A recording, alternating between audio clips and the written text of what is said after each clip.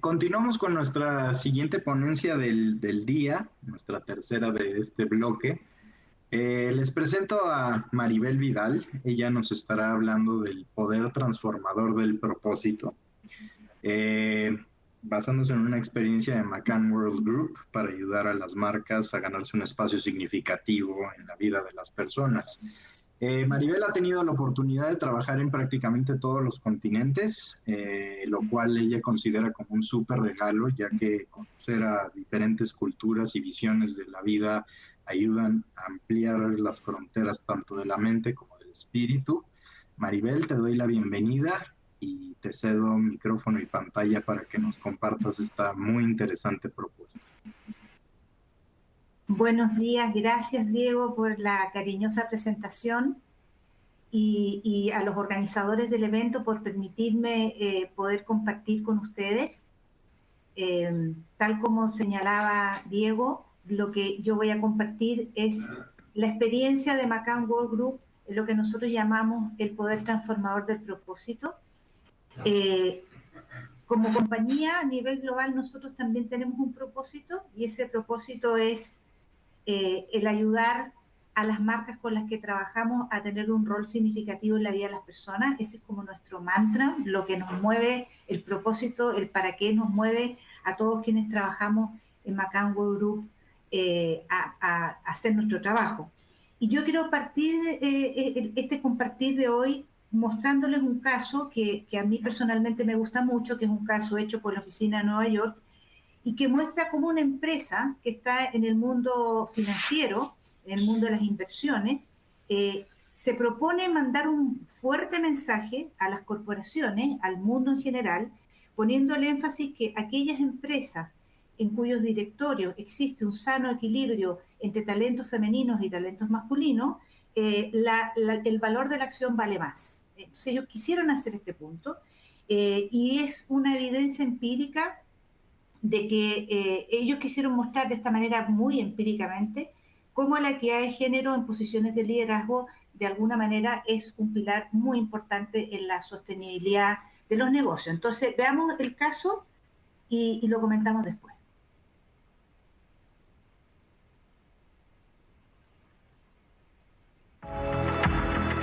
And the problem is this: women are not making it to the top of any profession anywhere in the world.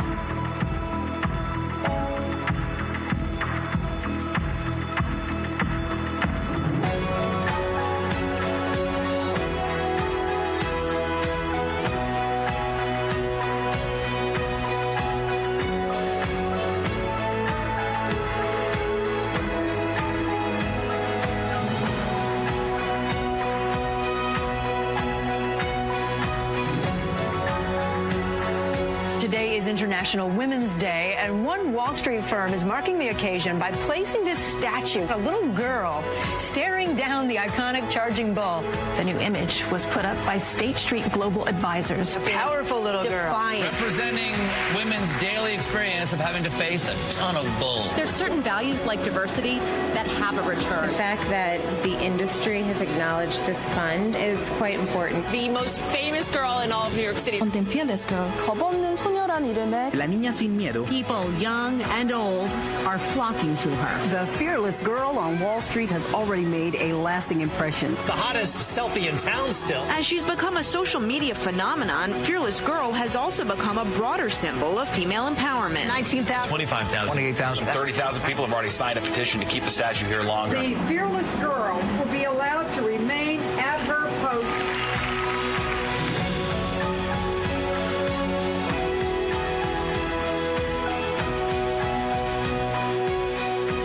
This statue has crystallized this moment in history. My generation fought for the women of today, so that little girl is saying a lot.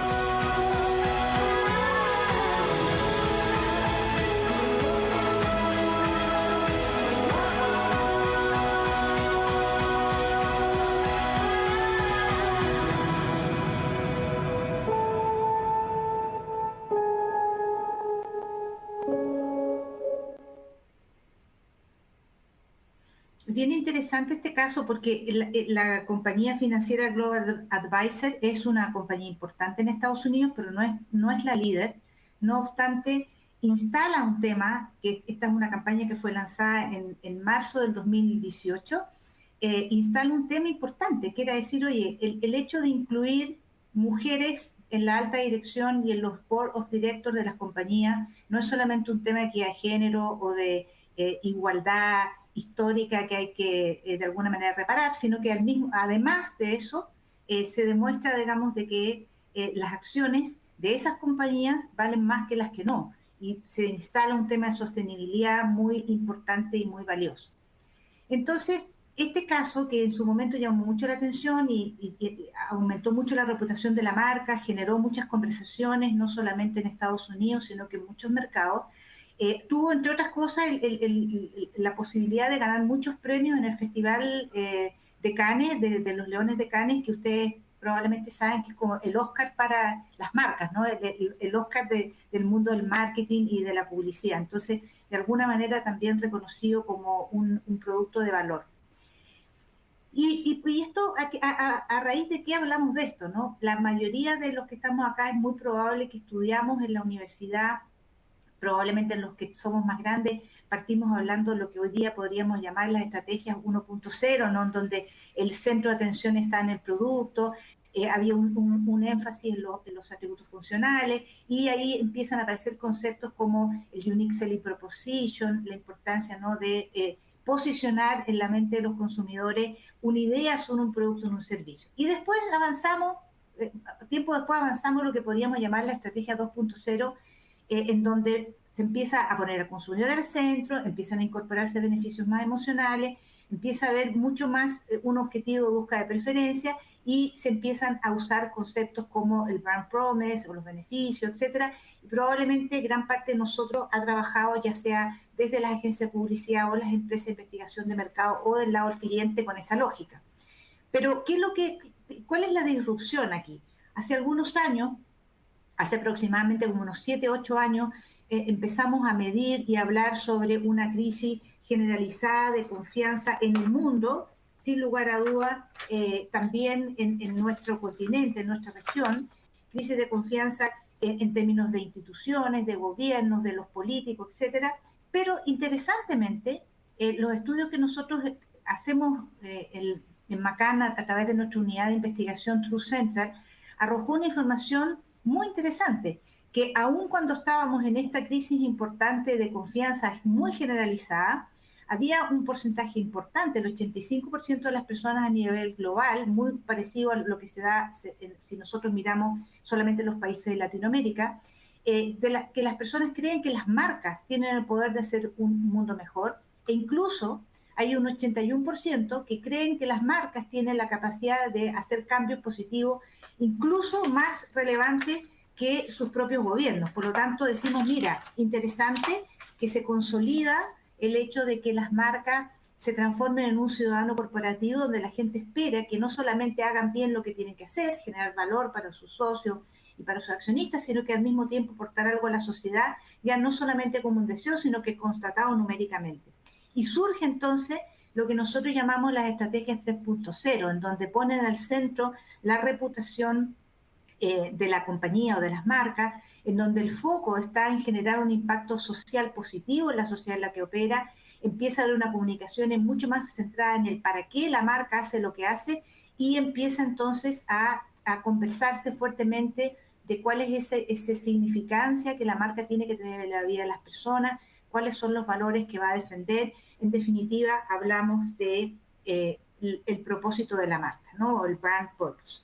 Ahora, esto es especialmente importante cuando nosotros miramos a las audiencias, porque hay diversos estudios que demuestran que las distintas audiencias en distintas partes del planeta sí quieren un cambio, pero lo que es más interesante es lo que ocurre con las generaciones más jóvenes.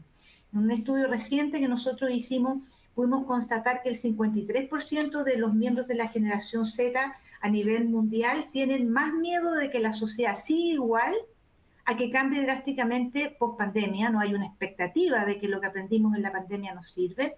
Y hay un 60% que quieren cambiar sus vidas para reflejar lo que han aprendido durante la pandemia. Y esto aquí hay una demanda clara en general de las audiencias, pero particularmente de la gente más joven. Nos están diciendo, todo esto que nos pasó nos debería servir para algo. Y miren este cuadro que es interesante, porque este cuadro lo que nos muestra, está chiquitito, pero yo se lo voy a leer. A nivel global, nosotros hicimos una medición en el 2018 donde decía que había un 63% de personas, ¿no? A nivel global. Estos son estudios hechos en mercados, en 30 mercados en distintas partes de distintos continentes, en donde el 63% decía de que quería que las marcas les ayudaran a cumplir sus sueños, ¿no?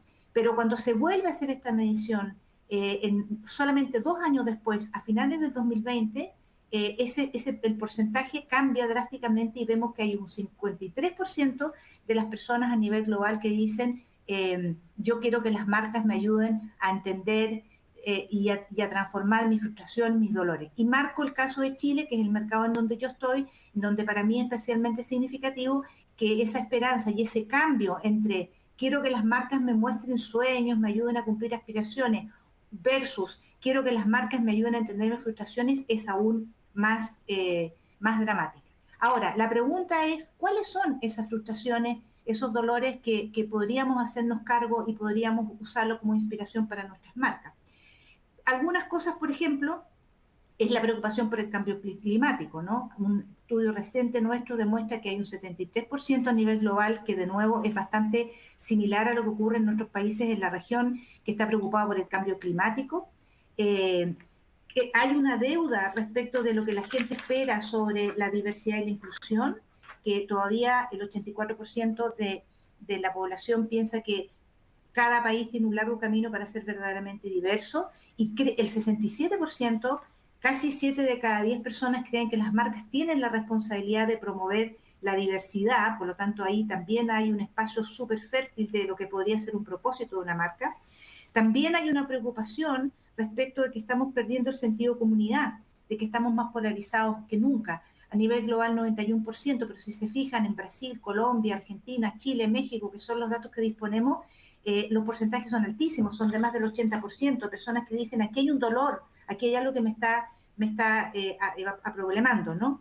También hay una preocupación respecto de, pareciera que estamos perdiendo el valor de la conversación, de llegar a los acuerdos, ¿no? De la capacidad de conversar de una manera respetuosa. De nuevo, porcentajes a nivel global muy altos, 93%, pero en nuestros países, en la región también, porcentajes muy altos.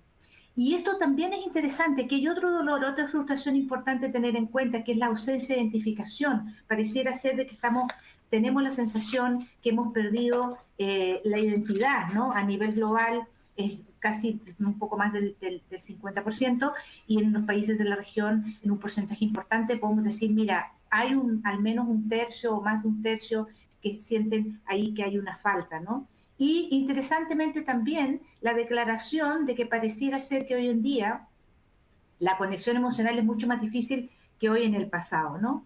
Pero las luces de esperanza son de que, como decía al principio, las personas, especialmente las personas más jóvenes, piensan que la pandemia es un quiebre importante que nos da la oportunidad de crear un mundo mucho más justo y mucho más equitativo para todos. Por lo tanto, esto de alguna manera es una inspiración para lo que podemos decir son las marcas con propósito, ese rol que las personas esperan que las marcas cumplan en un amplio sentido en la sociedad en la que operan. Yo les voy a mostrar a continuación un ejemplo del año pasado que lo hizo Macán Israel, en donde lo hizo para IKEA, que es una marca que ustedes todos conocen, una marca muy robusta a nivel global, que ellos definieron su propósito como crear un mejor día a día para la mayoría de las personas, ¿no? Ellos se proponen ese propósito y lo encarnan de la siguiente forma.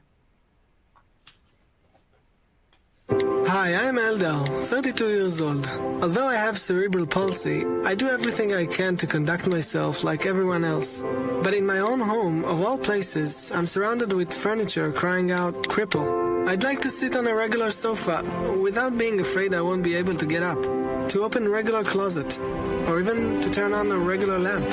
1 in every 10 people in Israel is a disabled person. The IKEA design vision gave birth to the Disables Project. Smart hacks making IKEA's best-selling items accessible. The project was created in collaboration with 2 NGOs, Milbot and Access Israel, and started off in the IKEA store with a hackathon of product engineers and disabled people that enabled better understanding of their needs. In the end of the developing process, 13 new products were born, each solving a different accessibility issue, such as sofa elevating legs for easier ascending, lamp button enlargement, special handles for PAX closets, and more. The new products are presented in the world's first accessible living spaces in the IKEA stores. The new models are available for download from the project's website, disables.com, and 3D printing anywhere in the world. So that Eldar, Dina, Pavel, Inbal, Moshe, Tahel, and Liel can also feel comfortable in their own homes like everybody else. Now they should come up with products that assemble themselves. Como dato interesante de este caso, que este caso también, esta campaña fue una campaña muy premiada también en el Festival de Cannes el 2019. Una cosa que quiero destacar, aparte de que claramente IKEA lleva la expresión del propósito a un nivel superior, en donde no solamente estamos hablando de que el propósito vive en la comunicación, sino que es una idea que está detrás de toda la compañía en términos del diseño, de la innovación, de la incorporación de otros socios estratégicos. Y como bien dice el former Global Marketing Officer Procter & Gamble, el poder del propósito va más allá de una idea de marketing o de venta, es la idea que está detrás de la compañía, es la que de alguna manera mueve y guía a la organización a moverse hacia un territorio nuevo, mucho más fértil. Y como dato, respecto de cómo cree, digamos, la compañía, tanto en el caso de la compañía donde yo trabajo como en el caso de IKEA, que está el protagonista de este comercial, Eldar, es el redactor de la cuenta de IKEA. Y la idea de hacer esto vino de él. Y él convenció a su cliente de que elevar el propósito de la marca en esa dimensión era algo muy positivo y claramente algo que partió siendo una iniciativa de Israel, terminó aplicándose en IKEA de otras partes del mundo. Se elevó la idea, ¿no? Entonces, la pregunta clave aquí, bueno, ¿cómo se busca el propósito? Yo creo que este gráfico puede parecer un poco simple, pero explica bastante bien de qué se trata.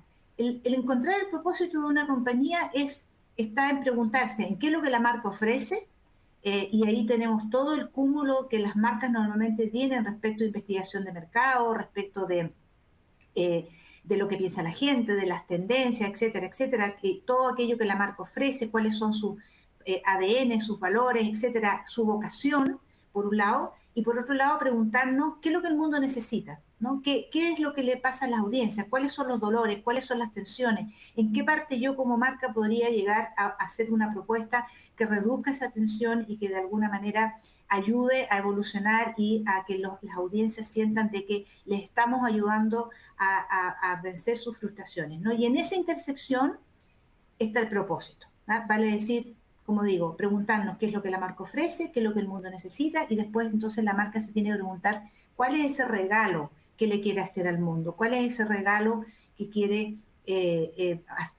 plantear a sus audiencias, ¿no? Como decimos, una idea que vaya mucho más allá de solamente una buena idea de comunicación, sino que de alguna manera permee toda la estrategia de la compañía. Y por supuesto, todos los análisis, los estudios, etcétera, que nosotros contamos nos ayuda, digamos, a hacer que este análisis sea lo más riguroso posible y nos permita encontrar esos espacios, esos territorios que nos permiten brillar.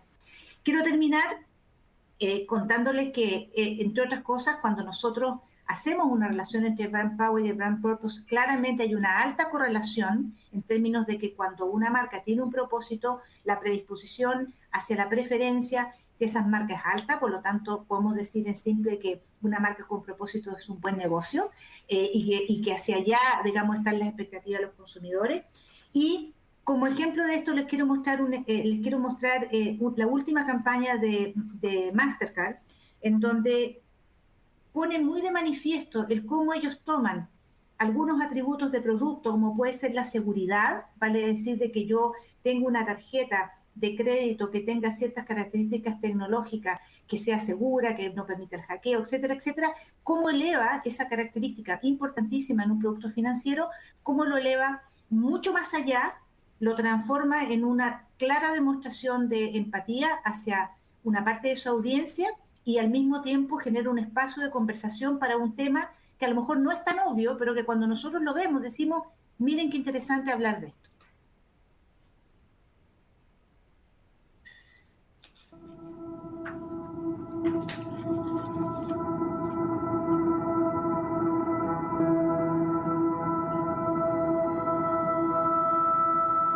So I handed him my credit card.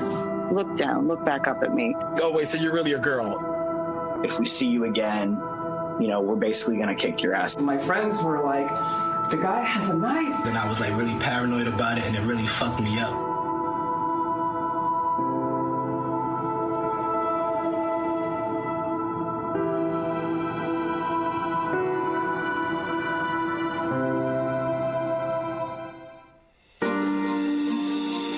MasterCard will now allow transgender people to use their chosen names on credit card. In an effort to fight discrimination, the company is introducing the True Name Card. That means the name on the credit card owned by a transgender person may be different than what's on their birth certificate or driver's license.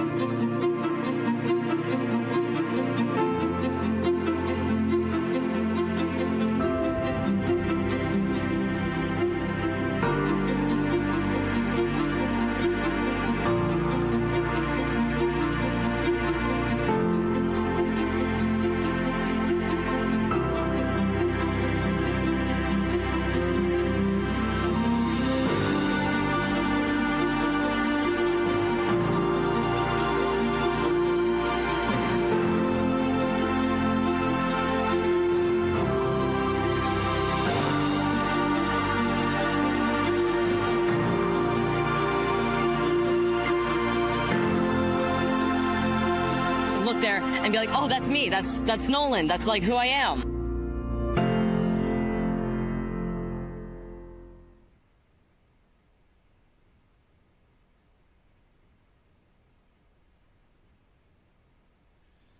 Bien, pues muchas gracias. Confío en haber aportado en un granito de arena a la inspiración de hoy y al rol que nosotros tenemos como industria de poder acompañar a nuestros clientes, a nuestras marcas, a poder de verdad tener un rol significativo en la vida de las personas y de esa manera también responder a una expectativa, ¿no? Lo que las audiencias están pidiendo que hagan las marcas en la sociedad en la que operan. Muchas gracias.